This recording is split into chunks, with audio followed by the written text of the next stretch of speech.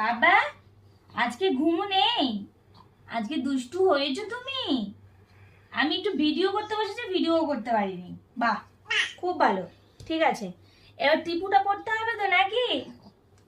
কি করে বলো তো, জেগে থাকলে টিপ একদম পড়াতে দেবে না, সে একদম একটুখানি চোখ খোলা থাকবে, ঘুম ঘুম ঘুম ঘুম ভাব চলে আসবে, তখন টিপ পড়াই। এবারে এখন সন্ধ্যা হয়েছে, জামা প্যান্ট চেঞ্জ করেছি, কিন্তু টিপ পড়াতে দেবে না, মুখটা দিয়ে ঘুরিয়ে থাকবে। আর ওষুধ একদম খেতে চাইবে না। বলো তো তাহলে টিপ না পড়লে হবে? ওষুধ না খেলে হবে? বাবা কি হয়েছে?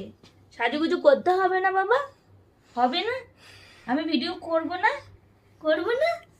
পাপা, আমার পাপা, আমার পাপা, আমার বাবা ভাবছে জানো, মা আজকে শাড়ি পরেছে তো, তাই বাবা ভয় পেয়ে গেছে না, ভাবছে কি হলো, মাকে তো শাড়ি পরতে দেখি না কখনো। হ্যাঁ, সত্যি কথাই তো। তুমি কি দুষ্টু হয়েছো? আজকে দুষ্টু হয়ে